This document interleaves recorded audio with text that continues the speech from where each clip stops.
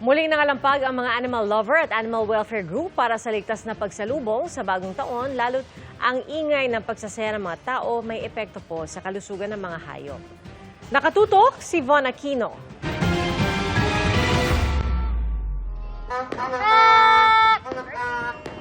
Ang maingay na pagsalubong sa bagong taon, stress ang dulot sa mga hayop, lalo na sa mga alaga. Ayon sa isang veterinaryo, mas malakas ang pandinig ng mga hayop tulad ng aso at pusa kaysa tao. Kaya higit pa sa gulat ang pwedeng idulot sa kanila ng mga pagsabog.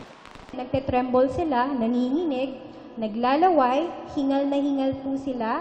Yung iba nagtatago, yung iba naninigas na lang, yung iba sobrang aligaga. And then dahil nga sobrang aligaga nila, gusto na nila pong tumakas. Yung iba naman po, pag may underlying na viral condition, nag-mutate yung virus sa kanilang katawan kapag na-stress sila. Delikado rin sa mga hayop ang mga kemikal na taglay ng mga paputok.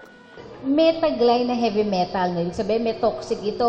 Bukod dun sa pulbura, humahalo sa hangin, no, yung inyong yung harmful effects nito.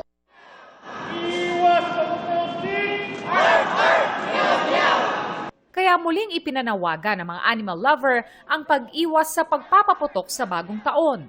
Paulit-ulit na panawagan ng mga environment at animal advocates, huwag sanang isangkalan ang kalikasan, kalusugan ng mga tao maging ng mga hayop para lang sa panadali ang kasiyahan sa darating na pagdiriwang ng bagong taon. Diba? Mag-iingay na lang, magpukpok na lang tayo ng kaldero natin, magtorotot. Sa community namin, nag-ano kami ng awareness na, yun na nga, kung maiiwasan natin dito sa area natin, na huwag na tayong magpaputok. Ang ilang pet owners sinusunod ang payo ng mga eksperto na huwag palabasin ang mga alaga.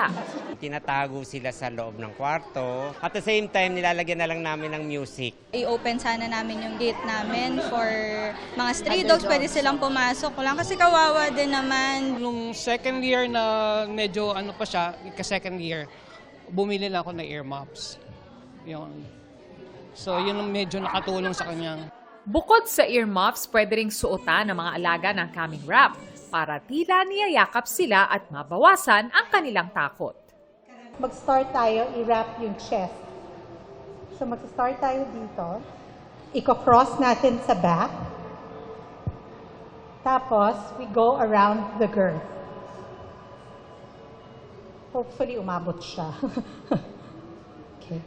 So, ikot lang natin around the girth. Yan. Makailang beses. Kailangan nito mahigpit. Mahigpit enough na snug talaga siya, nakadikit talaga sa aso. Pero hindi naman to the point na hindi na makahinga yung aso natin. Para sa GMA Integrated News, Von Aquino, Nakatutok, 24 Oras.